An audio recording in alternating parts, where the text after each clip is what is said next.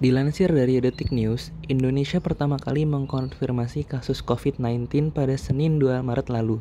Saat itu, Presiden Joko Widodo mengumumkan ada 2 orang Indonesia positif terjangkit virus corona, yakni perempuan berusia 31 tahun dan ibu berusia 64 tahun. Kasus pertama tersebut diduga berawal dari pertemuan perempuan 31 tahun itu dengan WN Jepang yang masuk ke wilayah Indonesia. Pertemuan terjadi di sebuah klub dansa di Jakarta pada 14 Februari. Dilansir dari World Health Organization Southeast Asia Indonesia, COVID-19 adalah penyakit menular yang disebabkan oleh jenis coronavirus yang baru ditemukan. Ini merupakan virus baru dan penyakit yang sebelumnya tidak dikenal sebelum terjadi wabah di Wuhan, Tiongkok, bulan Desember 2019. Coronavirus adalah suatu kelompok virus yang dapat menyebabkan penyakit pada hewan atau manusia. Beberapa jenis coronavirus diketahui menyebabkan infeksi saluran nafas pada manusia mulai dari batuk, pilek, hingga yang lebih serius seperti Middle East Respiratory Syndrome atau MERS dan Severe Acute Respiratory Syndrome atau SARS. Coronavirus jenis baru yang ditemukan menyebabkan penyakit COVID-19. Gejala-gejala COVID-19 yang paling umum adalah demam, rasa lelah, dan batuk kering. Beberapa pasien mungkin mengalami rasa nyeri dan sakit, hidung tersumbat, pilek, sakit tenggorokan, atau diare. Gejala-gejala yang dialami biasanya bersifat ringan dan muncul secara bertahap. Dilansir dari Wikipedia, pertumbuhan jumlah kasus baru paling banyak terjadi pada tanggal 12 April sebanyak 729 kasus baru. Dengan terus meningkatnya kasus COVID-19 ini, pemerintah melancarkan strategi untuk menghambat pertumbuhan kasus baru dengan diberlakukannya PSBB.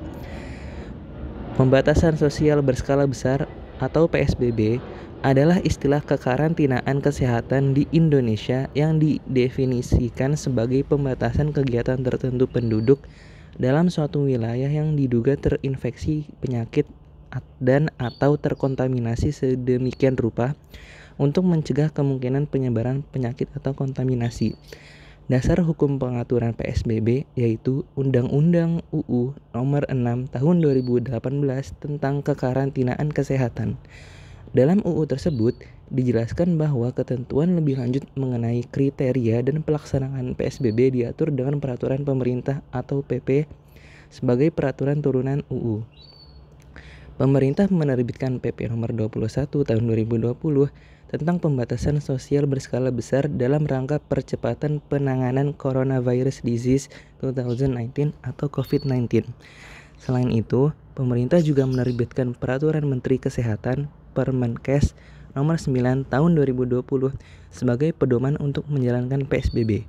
Pembatasan-pembatasan yang diterapkan yaitu pembatasan kegiatan keagamaan, pembatasan kegiatan di tempat atau fasilitas umum, peliburan sekolah dan tempat kerja, pembatasan kegiatan sosial dan budaya, pembatasan moda transportasi, pembatasan kegiatan lainnya khusus terkait aspek pertahanan dan keamanan. Pelanggar PSBB dapat dikenakan hukuman berupa pidana penjara maksimal 1 tahun dan denda 100 juta rupiah. Hal ini sesuai dengan ketentuan dalam pasal 93 UU nomor 6 tahun 2018. Meski telah diberlakukannya PSBB ini, masih banyak anak muda yang menongkrong dan melanggar PSBB ini. Dilansir dari tribunnews.com, anggota Komisi 9 DPR fraksi PPP Anas Tahir mengatakan kesadaran masyarakat terhadap bahaya virus corona masih sangat rendah. Itu terbukti dari banyaknya masyarakat yang masih berkerumun untuk sekedar nongkrong. Masih banyak kita jumpai kerumunan orang di warung-warung, di kafe, di tempat-tempat nongkrong, bahkan di jalan-jalan masih banyak kerumunan yang sama sekali tidak memperhatikan pentingnya physical distancing. Ujar Anas dalam keterangan tertulisnya Rabu 25 Maret 2020. Anas menilai masyarakat yang berkerumun dan tak dilengkapi alat pelindung diri yang cukup seperti masker sangatlah berbahaya. Dilansir dari jawapos.com, di wilayah Blok M masih banyak yang nongkrong, terutama ojek daring, sopir taksi, dan pedagang kaki lima. Di Kemang masih banyak yang nongkrong, di restoran cepat saji, sepanjang jalan masih ada juga yang nongkrong di kafe. Wilayah Mampang Perapatan ada tempat biliar yang masih ramai dikunjungi. wilayah Gajah Mada menemukan masih ada warga yang nongkrong hingga malam hari karena banyaknya pedagang kaki lima.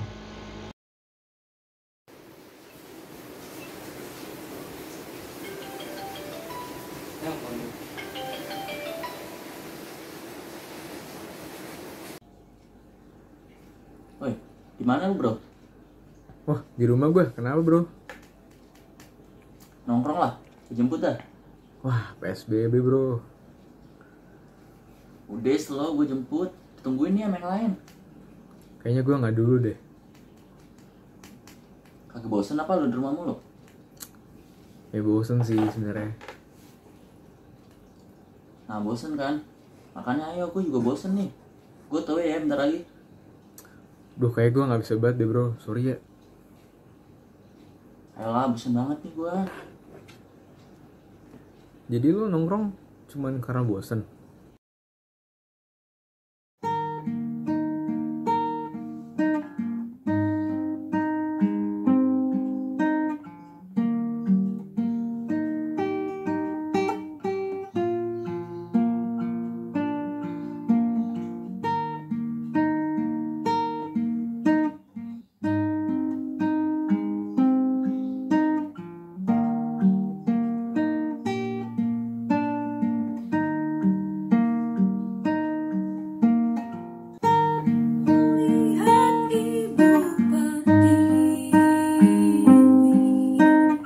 Sedang bersusah hati.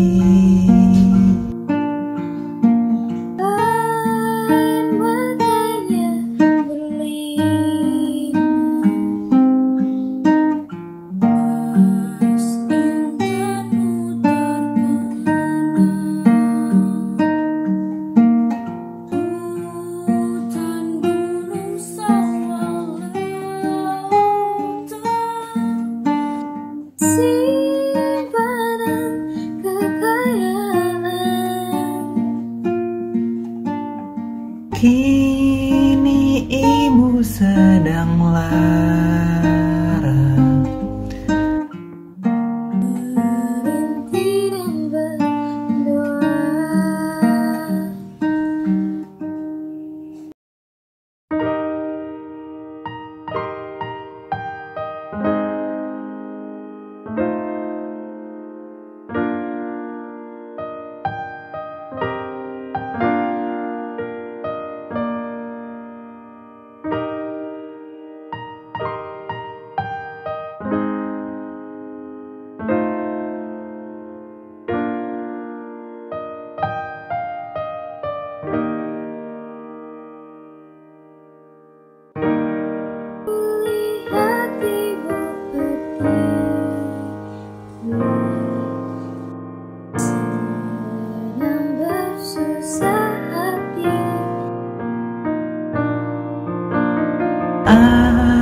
Air matanya berlinang,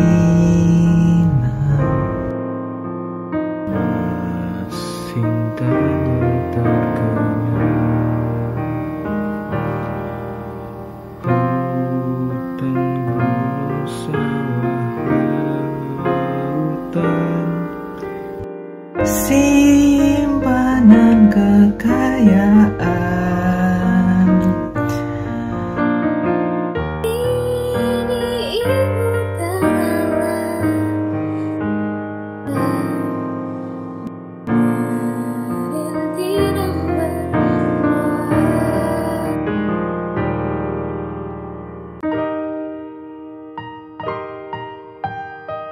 Assalamualaikum warahmatullahi wabarakatuh. Perkenalkan, saya Safira Alifia Salsabila. Pada kesempatan kali ini, saya akan membacakan sebuah puisi terkait wabah corona. Cegah wabah corona. Karya Safira Alifia Salsabila. Hari-hari terasa sunyi sejak munculnya wabah corona, mengguncangkan dunia, memakan banyak korban jiwa. Wahai manusia, Sadarkah kita akan pujian ini? Korban jiwa banyak berjatuhan, tenaga medis mulai kewalahan. Lantas apa yang dapat kita lakukan? Mari kita bersama cegah wabah yang tak kunjung reda. Ikuti arahan pemegang kuasa dengan segenap hati dan jiwa. Jauhilah sikap acuh tak acuh. Jangan biarkan ego merasuk. Ayo maju melawan wabah baru demi Indonesia yang satu. Hidup memang tak lagi sama, tetapi kita dapat perjuangkan bersama. Tidak ada hal yang dapat dilakukan selain beribadah memupuk harapan. Yakinlah wahai manusia, Tuhan melihat usaha kita, Tuhan mendengar doa-doa kita, dan seluruh usaha yang tak akan sia-sia. Wahai manusia, Tuhan sedang menguji kita. Apalah daya manusia tanpa pertolongan dari Tuhannya. Sekian dari saya, terima kasih.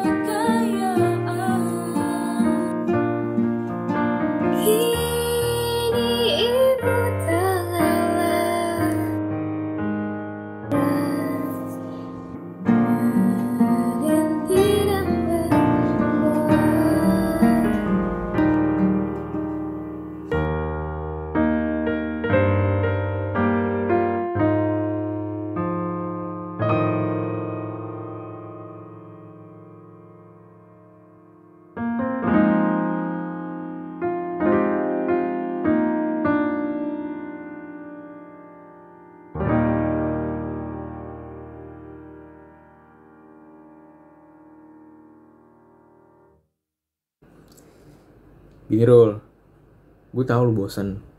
Gue juga bosan kok di rumah. Gak cuma lo. Di luar sana banyak kok yang bosan di rumah, tapi mereka nahan diri buat nggak ke rumah. Jadi ya jangan cuma gara-gara bosan di rumah lo ngelanggar peraturan yang udah dibuat. Jangan cuma gara-gara lo nongkrong, kasus corona di Indonesia naik, dan di ujung-ujungnya ya berdampak juga buat keluarga lo. Please lah, kita di rumah aja. Oke. Kesimpulan yang dapat diambil dari video ini adalah pandemi corona merupakan masalah bersama. Tentunya, dalam menyelesaikan masalah bersama dibutuhkan kerjasama. Masyarakat Indonesia harus bersatu dalam menyelesaikan pandemik ini. Mengikuti arahan dari pemerintah merupakan hal yang tepat untuk dilaksanakan. Seperti tidak berjabat tangan, social distancing, hingga pembatasan sosial berskala besar. Jika hal tersebut sudah dapat dilakukan, maka angka penyebaran virus corona dapat ditekan. Harapan kami, semoga pandemik ini segera berakhir dan seluruh kegiatan kembali normal. Sekian dari FG1, kurang lebihnya mohon maaf. Wassalamualaikum warahmatullahi wabarakatuh.